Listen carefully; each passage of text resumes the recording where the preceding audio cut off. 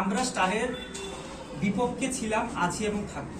ঠিক আছে, আমাদের কথা হলো যে আমাদের যে স্কুলগুলি আছে, যে আমাদের আমি মাননীয় মুখ্যমন্ত্রী এবং প্রাক্তন যে শিক্ষামন্ত্রী, উনি যাতে এই কথাটা আমার শুনে, ওনারা যে স্বপ্ন নিয়েছেন যে স্কুলগুলিকে এত সুন্দর করবে, বিদ্যাজ্যোতি করছে, খুব খুশি হয়েছে আমার ছেলে মেয়েরা ভর্তি হবে। খুব আমরা পড়তে পারিনি সিবিএসই তে, কেউই পড়তে পারিনি। ঠিক আছে, উনি যে স্বপ্নটা দেখেছেন, খুব খুব খুব সুন্দর স্বপ্ন দেখেছেন, কিন্তু বাইরের জিনিসটা, যেমন একটা মোবাইল যদি আমরা দেখি, মোবাইলের শুধু ফেসিয়ালটা আর সামনে টেম্পারটা লাগালে মোবাইলটা নতুন হয়ে যায় না, ভেতরের মাদারবোর্ড ঠিক থাকতে হয়, মানে স্কুলের পরিবেশটা ঠিক থাকতে হয়। এই ভেতরের দায়িত্বটা দিয়েছিল টিআরবিটি কে, যাতে স্বচ্ছভাবে শিক্ষক নিয়োগ করা হয়। এখানে যদি ওরা ভুল করে, একবার যদি ভুল হয় সেটা ভুল বলবেন, কিন্তু বারবার বললে এটা ভুল না, এটা অভ্যাস হয়ে গেছে।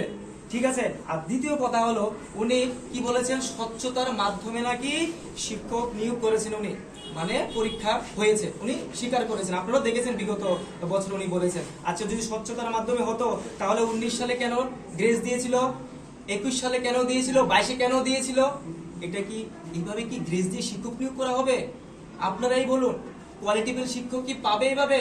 গ্রেজুলার টিচার যদি পড়ায় তো গ্রেজই দেবে না, থার্ড ডিভিশন টিচার যদি পড়ে থার্ড ডিভিশনই পাবে, ফার্স্ট ডিভিশন পাবে না।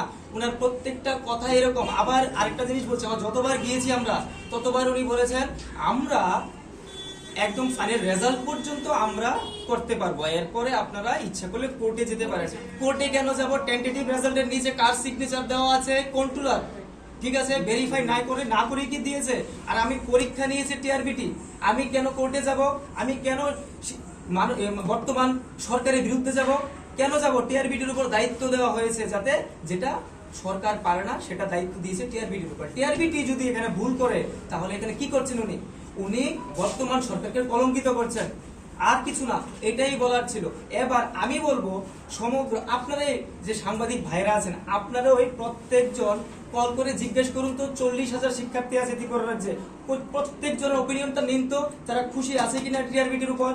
আপনার প্রত্যেকটা স্টুডেন্টকে কল করে দেখুন টিআরবিটির উপর সন্তুষ্ট আছে কিনা। প্রত্যেকবার এরকম করছে ওনারা। আমি শুধু একটা কথাই বলবো আপনাদের মাধ্যমে, যে মাননীয় মুখ্যমন্ত্রীর কাছে এবং প্রাক্তন শিক্ষামন্ত্রীর কাছে, উনি যারা যেটা চাইছেন কোয়ালিটিফুল টিচার, এটা যদি উনি সত্যি যদি চায়, তাহলে ওই টিআরবিটিকে আগে ধরতে হবে, টিআরবিটির আগে দেখতে হবে ওই জায়গায় কি ভুল ভ্রান্তি আছে। এইভাবে গ্রেস দিয়ে শিক্ষক নিয়োগ করা হবে না, ওনার বাস্তবায়িত হবে না ওনার স্বপ্ন। আমি বলবো ছাত্ররা অনেক কিছু করছেন, কিন্তু বিশ্বাস করে টিআরবিটির উপর দিয়েছে শিক্ষক নিয়োগ করার পরীক্ষা, প্রশ্নপত্র দায়িত্ব, কিন্তু ওনারা এখানে এরকম করছে। এরকম ভাবে তো স্বপ্ন পূরণ হবে না। আমি বলবো টিআরবিটির সাথে যাতে মুখ্যমন্ত্রী স্যার আলোচনা করে, এবং আমরা বলছি না আমরা স্টার চাই, আমাদের মার্কস চাই, না না, আমরা বিপক্ষে ছিলাম, আছি, থাকবো। আমরা কোয়ালিটিফুল টিচার, আমরা এখানে গ্রেস দেওয়া টিচার না। আমি ফেল কোনো সমস্যা নেই, আমি ফেল আমার কোনো সমস্যা নেই, কিন্তু আগামী দিনে যাতে এরকম ভুল যাতে না করে টিআরবিটি, এটাই আমার মূল কথা।